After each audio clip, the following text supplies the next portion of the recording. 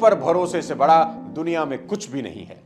1998 में जब मैं कॉलेज के फाइनल ईयर में था तो मेरी इनकम टैक्स की टीचर को लगता था कि मेरी क्लास में मुझको छोड़कर सभी सफल हो जाएंगे, और वो मुझे कहती भी थी कि इस पूरी क्लास में अगर कोई सबसे ज्यादा जिंदगी में स्ट्रगल करेगा तो सोनू शर्मा तू होगा।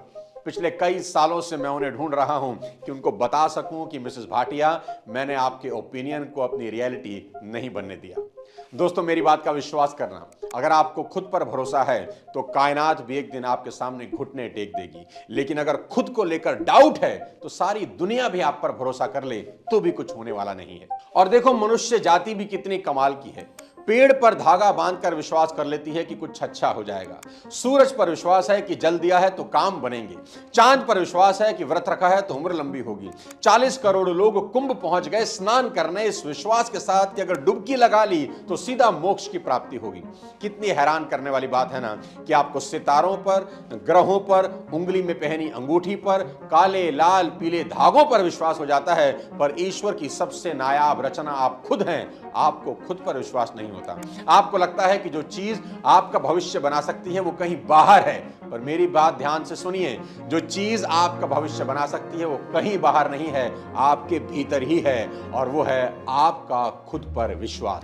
महाभारत का युद्ध शुरू होने को है और कुरुक्षेत्र में अर्जुन भगवान श्री कृष्ण से प्रश्न पूछ रहे हैं कि हे केशव, ऐसा कौन है जो जीवन में हार जाता है? ऐसा कौन है जिसे सिद्धियां नहीं मिलती? ऐसा कौन है जो कामयाब तो हो सकता है पर आखिरकार नाकामयाब हो जाता है? ऐसा कौन है जिसे जीवन में सुख नहीं मिलता? तो भगवान श्री कृष्ण अर्जुन को एक ही उत्तर देते हैं कि संशयी आत्मा विनश्यति, यानी संशय में जो आत्मा है उसका विनाश निश्चित है। यानी जो इंसान डाउट में जीता है वो जीवन की जंग हार जाता है। संशय यानी कि डाउट। दोस्तों, इस शब्द ने बड़े बड़ों की लुटिया डुबोई है, और दूसरी तरफ जो इंसान कॉन्फिडेंट है, चाहे उसके पास कोई रिसोर्सेज हो या ना हो, चाहे उसे आगे का रास्ता दिखाई दे रहा हो या ना दे रहा हो, वो एक दिन दुनिया की हर जंग जीत ही जाता है। हौसलों और विश्वास की ऐसी ही एक अमर कहानी है जो अगर ध्यान से सुनो और सोचो तो रोंगटे खड़ी कर देती है, और वो है राम की कहानी।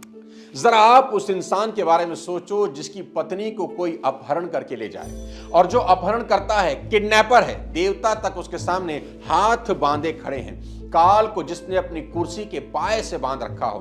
पर सोचो, क्या राम कभी डाउट में थे कि पता नहीं पत्नी को वापस ला भी पाऊंगा या नहीं?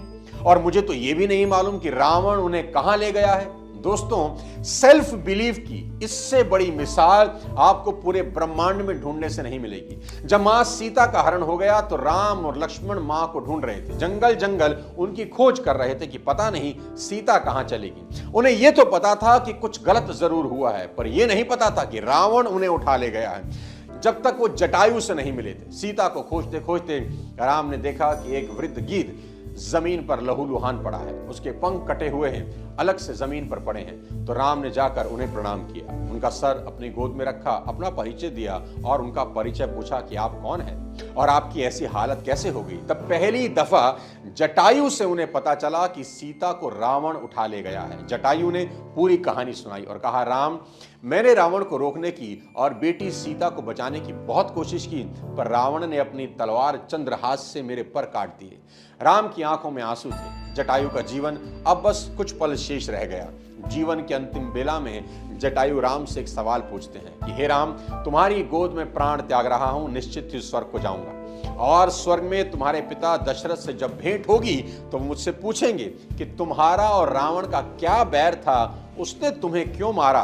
तो क्या मैं ये बात बता दूं कि वो आपकी पुत्रवधू सीता का हरण करके ले जा रहा था, मैंने रोकने की कोशिश की और उसने मेरी हत्या कर दी। दोस्तों, राम का जवाब सुनिए। राम बोले, नहीं महात्मन, आप स्वर्ग जाकर पिताजी से यह बात मत कहना कि उनकी पुत्रवधू का हरण हो गया है, उन्हें बहुत दुख होगा।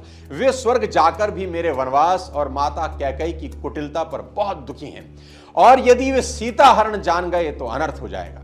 और सीता हरण की बात सुनकर स्वर्ग के वैभव को त्याग कर वो यहां आ जाएंगे तो मैं उन्हें क्या मुंह दिखाऊंगा कि राम के रहते उनकी पुत्र वधू का हरण हो गया।